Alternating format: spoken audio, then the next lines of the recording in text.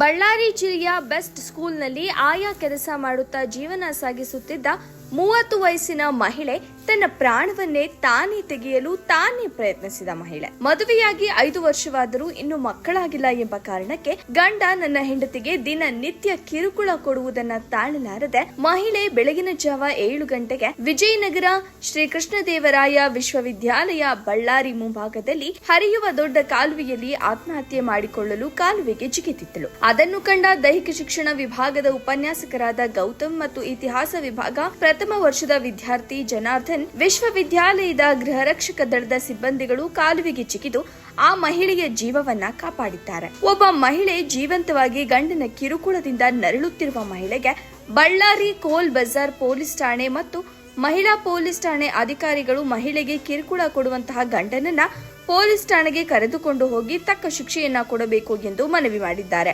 ವರದಿ ಮಲ್ಲಿಕಾರ್ಜುನ ಕಸ್ತೂರಿ, TV news, Ballari.